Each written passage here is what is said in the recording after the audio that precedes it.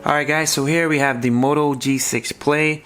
That's the prepaid version. I'm gonna toss that to the side. I'm gonna make this video super quick for you guys because I know that like a lot of people have been asking me, will it work with that SIM card?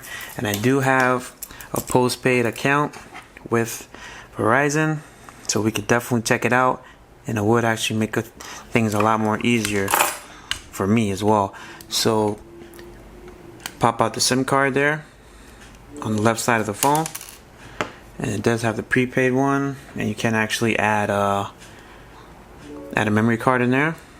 So let's just place this in here. Okay, alright, so it's in there. Okay, so let's just place it in the phone. Let's see what happens. Okay, no SIM found. Let's wait a bit. Holy crap, I think it works.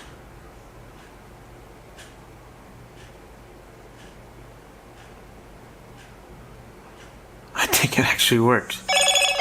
Oh wait. So you basically have to activate it first, and you have to pay the $50 plan, and then you can unlock it.